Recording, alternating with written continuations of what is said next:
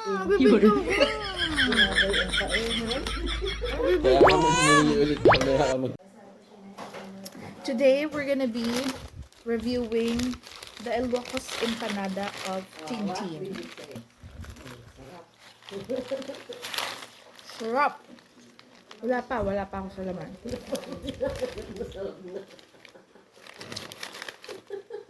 Masarap yung balat niya.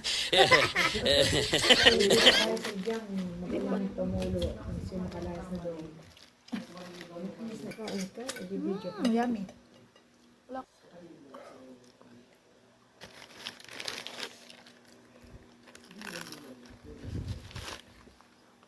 Sarap, tapos ang sarap ng suka.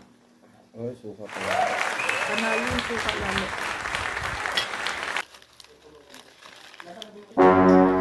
Ayan, hindi makapag-video ng maayos. Puro nakaw ang naririnig sa video ko. Nakaw, pangit. Masama ugali, ano pa. For 60 pesos, sobrang sulit. Punong-puno.